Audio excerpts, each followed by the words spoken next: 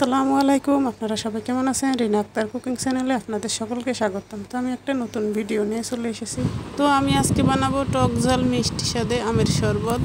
তো আমের শরবত বানানোর জন্য প্রথমে দরকার হবে আমার কাঁচা আম। কাঁচা আমগুলোকে আমি কেটে ধুয়ে পরিষ্কার করে রেখেছি। এগুলাকে আমি পিস পিস করে কেটে এখন একটা বাটিতে নিয়ে নিয়েছি। এগুলাকে আমি এখন ব্লেন্ডারে দিয়ে ব্লেন্ড করে নিব। তো এর ভিতরে দিয়ে দিয়েছি চিনি, লবণ, কাঁচামরিচ, সাথে বিট লবণও দিয়েছি। এর ভিতরে এখন আমি পরিমাণ মতো পানি দিয়ে ব্লেন্ড করে নিব।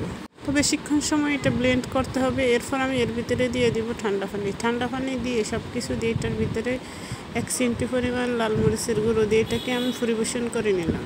তো আমার আমের শরবত রেডি। এই ধরনের আমের শরবত কে কে খেয়েছেন অবশ্যই আমাকে কমেন্ট করে বলবেন। এই গরমের ভিতরে এই ধরনের আমের শরবত খেলে অনেক ভালো লাগে, মুখে অনেক রুচি আসে, সবাই খেতে পছন্দ করে, বাচ্চা থেকে ছোট সবাই পছন্দ করে।